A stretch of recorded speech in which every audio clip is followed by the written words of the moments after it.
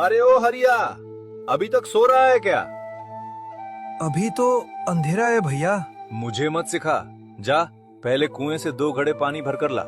भैया, रात से शरीर टूट रहा है, लगता है बुखार है। बुखार है तो क्या हुआ, काम तो करना ही पड़ेगा ना। सुलो जी, इसे कह देना जंगल से लकड़ियाँ भी लेकर आए। घर का चूल्हा खाली पड़ा है। सुना ना, और लौटते वक्त लकड़ियाँ भी लेते लाना, और उसके बाद खेत में आ जाना, बहुत काम पड़ा है। जी भैया। हरिया कोई और नहीं बल्कि रामू का सगा छोटा भाई था। चुपचाप उठ गया और घड़ा उठाकर कुएं की ओर चल पड़ा। माँ बाप की मौत के बाद हरिया यही सोचकर अपने बड़े भाई के साथ रहने लगा था कि भाई उसे बेटे की तरह प्यार देगा, लेकिन किस्मत को कुछ और ही मंजूर था।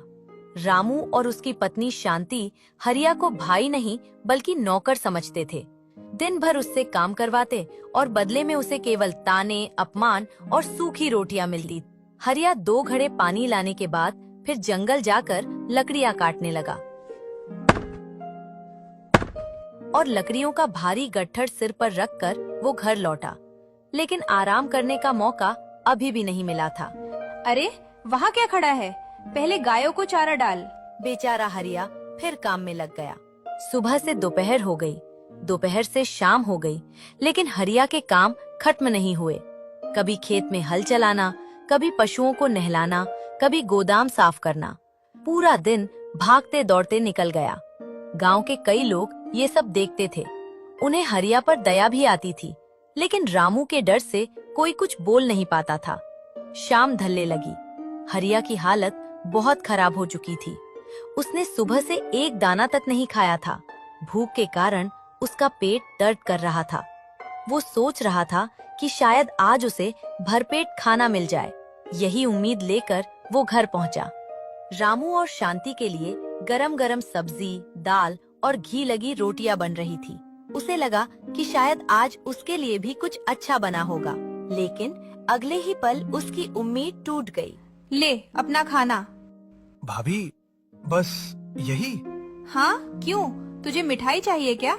नहीं भाभी, मैं तो बस। लगता है महाराजा को शाही दावत चाहिए। भैया, मैंने सुबह से कुछ नहीं खाया। खेत का सारा काम भी मैंने ही किया। तो क्या एहसान कर दिया? नहीं भैया, मेरा वो मतलब नहीं था। ज्यादा जुबान मत चला, जो दिया है चुपचाप खा ले। जी भैया। हरिया चुप हो गया। उसने कुछ नहीं कहा। वो जानता था कि बोलने का मतलब और अपमान सहना है। अगली सुबह फिर वही हुआ जो हर रोज होता था। घर के आंगन से रामू की तेज आवाज गूंज रही थी। कहाँ मर गया था? पहले पशुओं को चारा डाल, फिर खेत में आ जाना। और सुन, घर लौटते समय बाजार से सामान भी ले आना। हरिया बिना कुछ बोले काम में लग गया। सुबह से दोपहर हो गई, दोपहर से शाम होने लगी, लेकिन काम खत्म होने का नाम नहीं ले रहा था। दिन बीतते गए। 1 दिन, 2 दिन, 1 हफ्ता, फिर 1 महीना, लेकिन हरिया की जिंदगी में कुछ नहीं बदला। आजी सुनते हो? हाँ बोलो। तब तक इस हरिया को घर में रखोगे? क्यों? काम तो अच्छा करता है। काम करता है तो क्या हुआ, मुझे इसका चेहरा देखना भी पसंद नहीं। सुबह उठो तो सामने यही, शाम को आओ तो यही। मेरा मन करता है इसे हमेशा के लिए घर से निकाल दो। निकाल दूं? हाँ, एक बार घर से चला जाएगा तो फिर वापस नहीं आएगा। हरिया उसी समय घर के बाहर बैठा था। उन दोनों की सारी बातें उसके कानों में पड़ रही थी। उसका दिल टूट गया। जिस घर को वो अपना समझता था, वहाँ लोग उसे बोझ समझते थे। उसकी आंखें भर आईं, लेकिन हमेशा की तरह उसने कुछ नहीं कहा। चुपचाप सिर झुकाकर बैठा रहा। क्या मैं सच में इस घर पर बोझ हूँ? क्या भाभी सही कहती हैं? क्या मुझे यहाँ से चले जाना चाहिए? अगले दिन रामू ने फिर उसे जंगल से लकड़ियां लाने भेज दिया। दोपहर का समय था। जंगल बिल्कुल शांत था। हरिया लकड़ियां काट रहा था, लेकिन उसका मन काम में नहीं लग रहा था। इन्हीं विचारों में खोया हुआ हरिया जंगल के अंदर थोड़ा और आगे बढ़ गया। वहाँ एक बहुत पुराना बरगद का पेड़ था। गांव वाले कहते थे कि उस पेड़ के नीचे बैठकर कई लोगों ने अपनी जिंदगी के बड़े फैसले लिए थे। हरिया थक चुका था। वो उसी पेड़ के नीचे बैठ गया। वहाँ उसे दूर दूर तक कोई दिखाई नहीं दे रहा था, लेकिन तभी उसे किसी की आवाज सुनाई दी। हरिया, हरिया चौंक कर खड़ा हो गया। उसने चारों ओर देखा, लेकिन वहाँ कोई नहीं था। फिर वही आवाज दोबारा सुनाई दी। जिस घर में तेरा सम्मान नहीं, जिस घर में तेरी मेहनत की कोई कीमत नहीं, जहाँ तेरे आंसुओं की कोई परवाह नहीं, उस घर को छोड़ दे, अपनी राह चुन, तेरी मंजिल कहीं और है। हरिया का दिल तेजी से धड़कने लगा। वो समझ नहीं पा रहा था कि ये आवाज कहाँ से आ रही है, लेकिन वहाँ कोई नहीं था। कौन हो तुम? सामने क्यों नहीं आते? लेकिन इस बार कोई जवाब नहीं मिला, सिर्फ हवा की आवाज सुनाई दी। कुछ देर बाद जंगल फिर पहले जैसा शांत हो गया, मानो कुछ हुआ ही ना हो। हरिया लंबे समय तक वही खड़ा रहा। उसके मन में हजारों सवाल घूम रहे थे। क्या ये उसका भ्रम था? क्या किसी ने उससे मजाक किया? लेकिन एक बात उसके मन में बार बार गूंज रही थी। क्या सच में मुझे ये घर छोड़ देना चाहिए? लेकिन जाऊंगा कहाँ? इस दुनिया में मेरा है ही कौन? हरिया ने लकड़ियों का गट्ठर उठाया और धीरे धीरे घर की ओर चल पड़ा। जैसे ही वो आंगन में पहुंचा, शांति का गुस्से से भरा चेहरा सामने आ गया। इतनी देर कहाँ लगा दी? भाभी, जंगल थोड़ा दूर चला गया था। बहाने मत बना। कामचोर कहीं का। भैया, मैं सुबह से काम ही तो कर रहा हूँ। काम करता है तो क्या एहसान करता है? भाभी, मैं तो सुबह से रात तक काम करता हूँ। बहुत सिर चढ़ गया है इसे। सुन ले हरिया, तू इस घर पर बोझ है। खाता यहाँ का है और बदले में कुछ नहीं करता। अगर रहना है तो चुपचाप रह, नहीं तो जहाँ जाना है चला जा। भैया, क्या सच में मैं इस घर पर बोझ हूँ? जुबान गराता है। अगर मुझे पूछो तो इसे अभी इसी वक्त घर से निकाल दो। ये सुनकर हरिया का दिल टूट गया। आज पहली बार उसे महसूस हुआ कि वो सचमुच इस घर में अनजान है। ठीक है भैया, आज के बाद आपको मेरी वजह से कोई परेशानी नहीं होगी। रामू और शांति को लगा कि हरिया डर गया है, लेकिन वे नहीं जानते थे कि हरिया अपने जीवन का सबसे बड़ा फैसला लेने जा रहा है। उस रात जब पूरा घर सो गया, हरिया चुपचाप उठा। उसने अपनी पुरानी झोला उठाई और बिना किसी को जगाए घर से बाहर निकल गया। आसमान में तारे चमक रहे थे। गांव की गलियां सुनसान थीं। हरिया आखिरी बार मुड़कर अपने घर को देखने लगा। वही घर जहां उसने अपना बचपन बिताया था, वही घर जहां उसे कभी प्यार नहीं मिला। उसकी आंखें नम हो गईं, लेकिन उसने खुद को संभाला और आगे बढ़ गया। हरिया चलता रहा। रात बीत गई, सुबह हो गई। उसे खुद नहीं पता था कि वो कहाँ जा रहा है। उसके पास न पैसा था, न कोई रिश्तेदार। फिर भी वो चलता रहा। कुछ घंटों बाद वो एक दूसरे गांव में पहुंच गया। ये गांव उसके गांव से कहीं बड़ा था। यहाँ बड़े बड़े मकान थे, हरे भरे खेत थे। इसी गांव के किनारे एक बहुत बड़ी हवेली थी। हवेली के सामने 10 से भी ज्यादा गायें बंधी हुई थीं। दूर दूर तक फैले खेत दिखाई दे रहे थे। ये हवेली गांव के सबसे बड़े धनसेठ की थी। उनका नाम था गोविंद सेठ।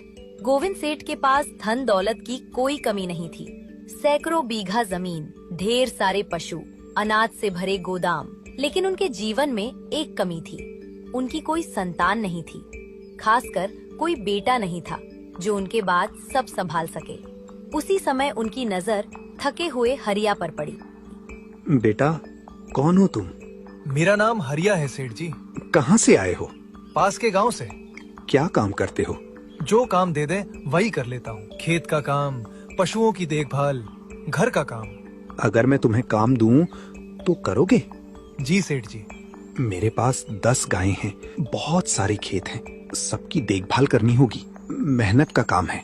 मुझे मेहनत से डर नहीं लगता सेठ जी। ठीक है, मैं तुम्हें 3000 रुपए महीने दूंगा। रहने और खाने की व्यवस्था भी यही होगी। मंजूर है? हरिया को अपने कानों पर विश्वास नहीं हुआ। जिसे अपने घर में 2 वक्त की रोटी तक नहीं मिलती थी, आज उसे सम्मान के साथ काम और रहने की जगह मिल रही थी। हाँ सेठ जी, मुझे मंजूर है। मैं पूरी ईमानदारी से काम करूंगा। फिर क्या था, हरिया खुशी पूर्वक काम में लग गए। गोविंद सेठ की हवेली में आए हुए हरिया को कई महीने बीत चुके थे। इन महीनों में उसकी जिंदगी पूरी तरह बदल गई थी। यहाँ कोई उसे डांटता नहीं था, कोई उसे अपमानित नहीं करता था। हरिया भी पूरे मन से अपना काम करता था। सुबह सूरज निकलने से पहले उठ जाता, गायों को चारा खिलाता, उनके बाड़े की सफाई करता, गोबर उठाता, गायों को नहलाता, फिर खेतों से हरा चारा काट कर लाता। शाम को फिर पशुओं की देखभाल करता। दिन भर मेहनत करने के बाद भी उसके चेहरे पर शिकायत नहीं होती थी। हरिया भाई, तुम इतना काम करके भी कभी थकते नहीं हो क्या? काम से कोई छोटा बड़ा नहीं होता भाई। हरिया की यही बात गोविंद सेठ को सबसे ज्यादा पसंद थी। वे दूर खड़े होकर अक्सर उसे काम करते हुए देखते रहते। जितना वे हरिया को देखते, उतना ही उसका सम्मान उनके मन में बढ़ता जाता। लेकिन फिर भी उनके मन में एक सवाल था, क्या हरिया सचमुच उतना ही ईमानदार है जितना दिखाई देता है, या फिर बाकी लोगों की तरह मौका मिलने पर बदल जाएगा?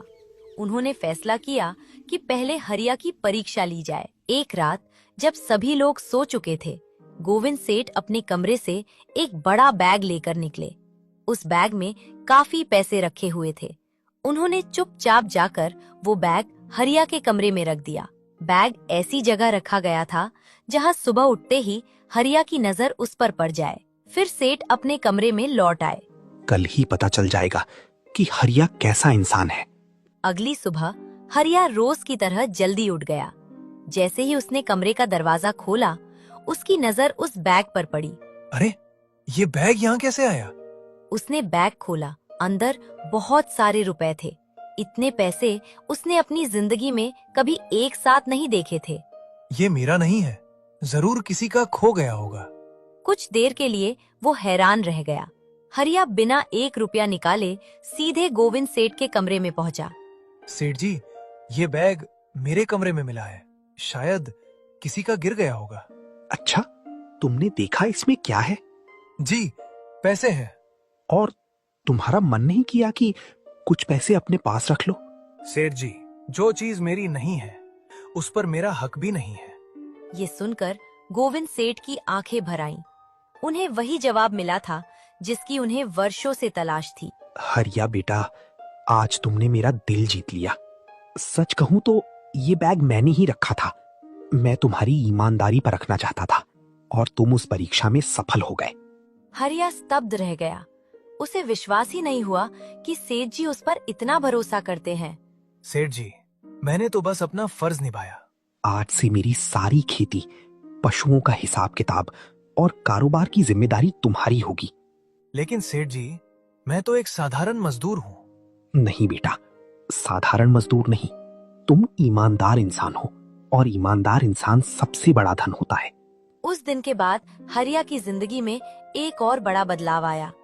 अब वो पहले की तरह गोबर नहीं उठाता था, ना ही खुद खेतों से चारा काट कर लाता था। उसका काम अब सब कुछ संभालना था। मजदूरों को काम बांटना, खेतों की देखरेख करना, पशुओं का हिसाब रखना, अनाज की बिक्री का रिकॉर्ड देखना और पूरे फार्म का प्रबंधन करना। यानी अब हरिया एक मैनेजर की तरह काम करने लगा था। हरिया बाबू, आज कौन सा खेत जोतना है? पूर्व वाले खेत में काम शुरू करो और गायों के लिए हरा चारा भी कटवा लेना। धीरे धीरे पूरा काम पहले से बेहतर चलने लगा। गोविंद सेठ भी बहुत खुश रहने लगे। उन्हें लगने लगा कि उनका वर्षों पुराना सपना पूरा हो गया है। हरिया बेटा, आज खेतों का काम कैसा रहा? बहुत अच्छा सेठ जी, इस बार फसल पहले से ज्यादा अच्छी होगी। मुझे तुम पर पूरा भरोसा है। और मुझे आपका आशीर्वाद मिला है सेठ जी। समय धीरे धीरे बीतने लगा। एक रात गोविंद सेठ को अचानक तेज बुखार आ गया। शुरुआत में सबको लगा कि सामान्य बुखार है, लेकिन अगले दिन उनकी हालत और बिगड़ गई। उन्हें उठने बैठने में भी परेशानी होने लगी। सेठ जी को पूरी तरह आराम की जरूरत है, इनका खास ध्यान रखना होगा। डॉक्टर की बात सुनकर हरिया चिंतित हो गया। उसने उसी दिन फैसला कर लिया कि अब वो हर समय सेठ जी के पास रहेगा। दिन हो या रात, हरिया उनकी सेवा में लगा रहता। सेठ जी, दवा का समय हो गया है। बेटा, तुम भी थोड़ा आराम कर लो। पहले आप ठीक हो जाइए, मेरे आराम की चिंता मत कीजिए। कई रातों तक हरिया ठीक से सोया भी नहीं। कभी वो पानी लाता, कभी दवा देता, कभी डॉक्टर को बुलाने दौड़ पड़ता, कभी पूरी रात उनके सिरहाने बैठा रहता। एक आधी रात के समय गोविंद सेठ की आंख खुली। उन्होंने देखा कि हरिया कुर्सी पर बैठे बैठे ही सो गया है। ये देखकर गोविंद सेठ की आंखें नम हो गईं। हे भगवान, अगर मेरा अपना बेटा होता तो शायद वो भी इतना ख्याल न रखता। हरिया बेटा। जी सेठ जी। दिन बीतते गए। हरिया की सेवा और डॉक्टर की दवाइयों का असर होने लगा। धीरे धीरे गोविंद सेठ की तबीयत सुधरने लगी और कुछ ही सप्ताह बाद वे लगभग पूरी तरह स्वस्थ हो गए। पूरी हवेली में खुशी का माहौल था, लेकिन सबसे ज्यादा खुश गोविंद सेठ थे, क्योंकि बीमारी के दौरान उन्हें एक बात थी, हरिया उनके लिए सिर्फ एक कर्मचारी नहीं था, वो उनके लिए बेटे से बढ़कर था। कुछ दिनों बाद गोविंद सेठ शहर के वकील, गांव वाले और सभी प्रमुख मुनीर को अपने हवेली बुलाए। फिर कई घंटे तक जरूरी कागजात तैयार किए गए। हरिया को समझ नहीं आ रहा था कि आखिर क्या होने वाला है। गोविंद सेठ खड़े हुए। आप सब जानते हैं कि मेरी कोई संतान नहीं है, लेकिन भगवान ने मुझे एक ऐसा इंसान दिया है जिसने हर सुख दुख में मेरा साथ निभाया, जिसने कभी लालच नहीं किया, जिसने मुझे अपने पिता जैसा सम्मान दिया। इसलिए आज से मेरी आधी संपत्ति, आधी जमीन और आधा कारोबार हरिया के नाम किया जाता है। सेठ जी, ये आप क्या कह रहे हैं? वही जो मेरी दिल की आवाज है। ये सुनते ही पूरे लोग सन्न रह गया। कुछ लोगों को अपने कानों पर विश्वास नहीं हुआ। हरिया की आंखों से आंसू निकल पड़े, जिसे कभी अपने घर में 2 सूखी रोटियों के लिए तरसना पड़ता था। आज वही इंसान एक बड़े धनसेठ की आधी संपत्ति का मालिक बन चुका था। आधी संपत्ति मिलने के बाद भी हरिया बिल्कुल नहीं बदला। न उसके व्यवहार में घमंड आया, न उसकी बोली बदली। एक दिन शाम को हरिया हवेली के आंगन में बैठा हुआ था। अचानक उसे अपना पुराना गांव याद आने लगा, जहां उसने अपमान सहते हुए कई साल बिताए थे। कुछ देर सोचने के बाद वो गोविंद सेठ के पास गया। सेठ जी, एक बात कहनी थी। हाँ बेटा, बोलो। मुझे अपने गांव की बहुत याद आ रही है। मैं कुछ दिनों के लिए वहां जाना चाहता हूँ, फिर वापस आ जाऊंगा। गोविंद सेठ कुछ पल चुप रहे। उन्हें हरिया से बहुत लगाव हो गया था। कोई बात नहीं बेटा, तुम जा सकते हो, लेकिन सच कहूँ तो तुम्हारे बिना मुझे अच्छा नहीं लगता। मैं जल्दी लौट आऊंगा सेठ जी। ठीक है, लेकिन अपना ख्याल रखना। अगले दिन हरिया अपने गांव के लिए निकल पड़ा, लेकिन इस बार वो वही गरीब हरिया नहीं था। कुछ घंटों बाद उसकी चमचमाती गाड़ी गांव की सीमा में दाखिल हुई। गांव वालों की नजर जैसे ही गाड़ी पर पड़ी, लोग हैरान रह गए। अरे, ये इतनी बड़ी गाड़ी किसकी है? लगता है कोई बहुत बड़ा आदमी आया है। गाड़ी गांव के बीचों बीच जाकर रुकी और फिर गाड़ी का दरवाजा खुला। अरे, ये तो हरिया है। क्या वही हरिया? धीरे धीरे पूरे गांव में खबर फैल गई। लोग सड़क के किनारे खड़े होकर देखने लगे तो सबकी आंखें फटी रह गईं। पूरा गांव हैरान था। जिस हरिया को कभी लोग फटे कपड़ों में देखते थे, आज वही शानदार कपड़ों में उनके सामने खड़ा था। कुछ दिनों बाद हरिया ने गांव में एक बड़ी जमीन खरीदी। वहां उसने 2 मंजिला नहीं बल्कि 3 मंजिला शानदार भवन बनवाना शुरू कर दिया और देखते ही देखते शानदार घर बना डाला। पूरा गांव उसी की चर्चा करने लगा। उधर रामू और शांति भी ये सब देख रहे थे। उनकी आंखों में विश्वास नहीं हो रहा था। वे बार बार सोच रहे थे, क्या ये वही हरिया है जिसे उन्होंने कभी घर से निकाल दिया था? एक दिन आखिरकार रामू और शांति हरिया के सामने आ ही गए। इतना पैसा, इतनी बड़ी बिल्डिंग, ये सब कैसे? हरिया, ये सब तुम्हारा है? हरिया कुछ पल चुप रहा। उसकी आंखों के सामने पुराने दिन घूमने लगे। सूखी रोटियां, अपमान, ताने और वो रात जब वो घर छोड़कर चला गया था।